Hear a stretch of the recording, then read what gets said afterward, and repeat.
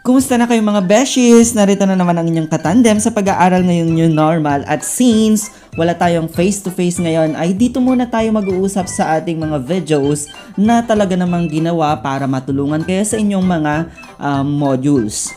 So welcome sa ating virtual classroom na kung saan mas pinadali, mas pinalawak at mas exciting ang ating talakayan. Kaya't kung handa na kayo, ilabas ang inyong mga modules, ballpen at lapis. Ballpen at lapis? Ang inyong mga ballpen at papel. Para makapagsimula na tayo.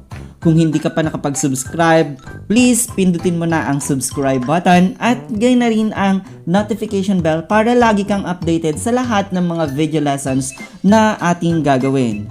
Sa ngayon, pag-uusapan natin ang iba't ibang art elements sa technology-based production, particular sa photography dahil dito tayo magfo-focus ngayong second quarter. Huwag kayong mag-alala dahil kahit wala kayong mga camera like DSLR o yung digital camera na ginagamit sa photography ay nandiyan naman ang ating mga Android phones na halos sakop na rin ito ang mga features ng isang high-end cameras. Pero syempre, in terms of quality ng mga photos na makukuha natin gamit ang Digicam at DSLR ay medyo mas mataas ng kaunti ang quality nito. Napadami na tayo ng ating intro kaya simulan na natin ang ating talakayan in 3, 2, 1. Gaya ng sabi ko kanina, pag-uusapan natin ang art elements sa technology-based production sa videong ito. Gaya sa pagpipinta, mayroon tayong mga guidepost o batayan para makakuha ng good, if not the best shots. Kailangan mong sundin ang mga sumusunod o i-consider ang mga elementong ito. Una, we have the rhythm. Rhythm in art is possibly one of the most difficult and most important ingredients required for building an interesting composition. Rhythm refers to the movement or the visual flow within a certain piece. It is sometimes also referred to as a tempo or a beat created that invites the eye to enter into the journey of the artist's soul. Well, syempre, photographers kayo. So, ibig sabihin, artist kayo. Ang ibig sabihin nito, gaya sa music, kapag nakakarinig tayo ng music, may pagkakataong sumasabay tayo sa kumpas dahil sa mga beats na narito. Inviting kasi minsan ang pagkakaayos at pagbitaw ng mga beats. Minsan din, naluluha tayo o nararamdaman natin yung mood ng isang kanta. Sa photography naman, when we say rhythm, ito yung ayos ng iba't ibang elements sa inyong kuhang larawan na makakapag-hook sa interest o mag-e-enjoy sa viewers para tingnan ang inyong mga photos. Ito yung tamang pagkakaayos o visual flow ng mga elementong kinuhanan mo. Para sa konkretong pagpapaliwanag sa element na ito, sa inyong mga kuhang larawan, kung kumuha ka ng isang element o subject sa isang frame, ang rhythm nito ay simple lang or quiet since ang concentration natin ay isa lang. But if you tend to add more elements on it, the rhythm changes. Tataas at gaya ng music, magiging buhay na buhay ito. Sa ating dalawang photos ay mas maipaliliwanag nito ang konsepto ng rhythm. Let's try to look at these photos. Okay, sa first photo natin, makikita mo, isa lang yung subject mo which is isang tao. So kumbaga, napaka-solemn kasi meron kang iisang focus dun sa photo na yan. So quiet lang yung rhythm niyan. While on the other pictures, marami tayong mga subjects or maraming laman yung ating frame dyan. Halos lahat ng part ng frames ay na-occupy with different elements. And so, ang magiging tempo natin dyan or rhythm natin dyan ay strong. Okay? So, these photos are perfect examples to explain the rhythm in a certain art piece. Next is we have the balance. Balance in art refers to the use of artistic elements such as lines, texture, color, and form in the creation of artworks in a way that renders visual stability. And the balance is important as it brings visual harmony, rhythm, and coherence to artwork, and it confirms its completeness. In general terms, ang balance ay tumutukoy sa equilibrium of different elements, which is very much applicable sa painting. Pero pagdating sa photography ay parang magiging implied lang ang sinasabi nating balance sa ating mga kuhang larawan. Anong ibig sabihin nito? Ang point of reference mo ay ang center o gitna ng frame mo, wherein you have to consider both sides of the frame, or pwede rin yung upper and lower part ng frame mo. Ibig sabihin, upon looking at the center, ay dapat, kung may elemento sa side, ay mayroon din dapat sa right side, which is the reference would be the center point of your frame.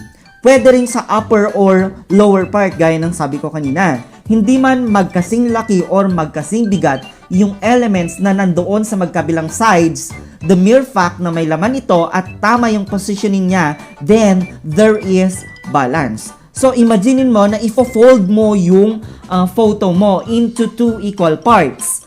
Okay, so dapat ay may laman yung isang part, ganun din dun sa kabilang part. Hindi nakaposition ang subject mo in just one part of the frame. But we must consider na in some types of photography, they tend to break the element of balance. Depende sa kung anong subject ang gusto nilang palitawin sa kanilang frames. If you try to look at these photos, pansinin nyo, mayroon tayong subject which is yung riles, yung dalawang tao, tapos yung bundok at yung punong kahoy. So kung hahatiin mo yung larawan sa gitna, makikita mo may balance dahil parehong may elemento sa bawat side, maski hindi sila magkatulad. Okay, sa pangalawang example natin, we have that yung building. Meron tayong iisa lang yung naging subject natin dito. However, yung reflection niya ay makikita mo dun sa lower part. So if you are going to fold the photo into two equal parts, considering yung upper at saka yung lower niya, makikita mo balanse yung elements na naroon. Meron sa taas, meron din sa baba. Now, we must consider the two types of balance, which are the symmetry and yung asymmetry.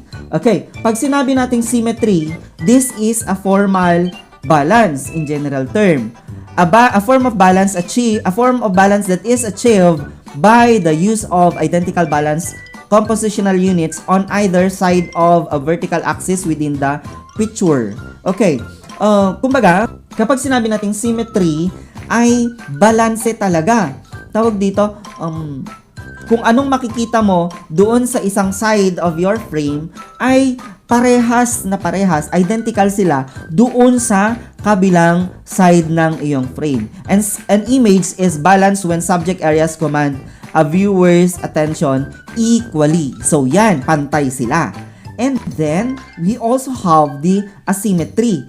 Ang asymmetry is ito yung tinatawag nating informal balance. A form of balance attained when the visual units on balance either side of the vertical axis are not identical but are placed in positions within the picture plane. This simply means if your main subject is positioned in one side of the frame, add something less important element in your photo on the other side of the frame. Still, ang main subject natin ay nabibigyan ng focus. However, the less important subject added spices to the photo. Binabalanse niya. So, may laman yung both sides natin, and that is an example of asymmetrical balance. Okay. I just would like to make a clarification that while formal balance is pleasing to the eyes of the viewers, considering that elements are well positioned, it is important to note the appeal of your photos to the viewers. Ibig sabihin, for professional photographers, madalas gumagamit sila ng informal balance as it appeals to a more creative way of portraying their subject. Okay, so malalaman nyo yan as you go on with the journey of being a photographer.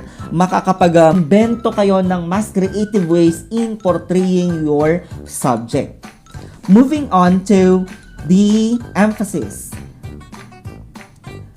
Emphasis is a principle of arts which refers to the use of visual elements to draw attention to a certain area, usually a focal point in an artwork. This is very simple since ang mga cameras natin, and so with the Android phones that we are using, ay mayroon tayong specific function or mayroon ka lamang pipindutin doon sa mga features ng cam mo at it will give you that is emphasis to your specific subject. Sa emphasis naman kasi, nakafocus ka sa isang subject and that the background becomes blurry.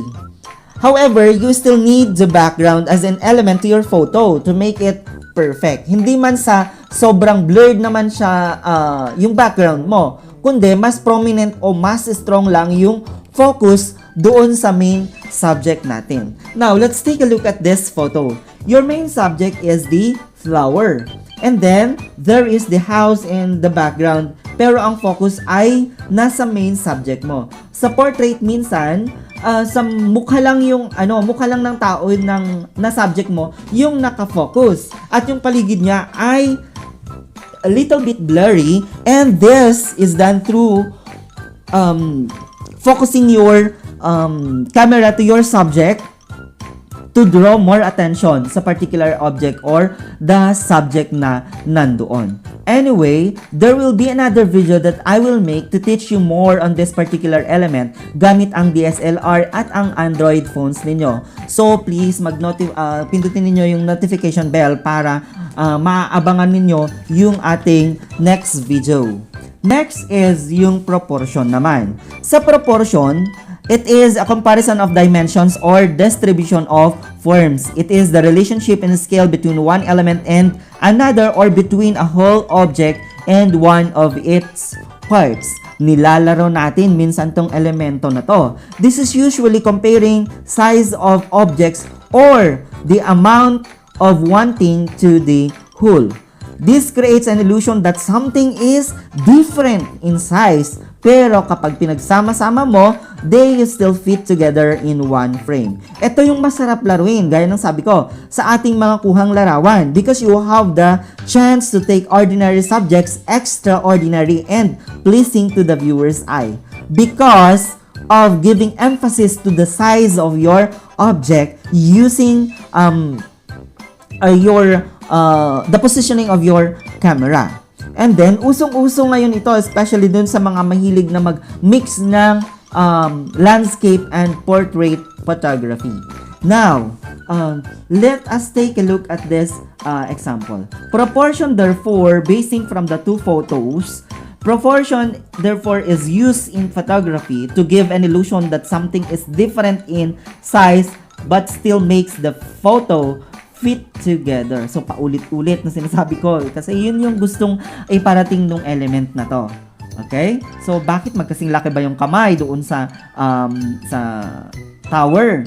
Hindi naman, di ba? But through the positioning of your camera, parang binibigyan mo ng relationship yung laki ng kamay mo at dun sa tower. Gaya din dun, dito sa isa, yung bottle at saka yung tao. So, ayan, nagkaroon ka ng creative ways in presenting your subject.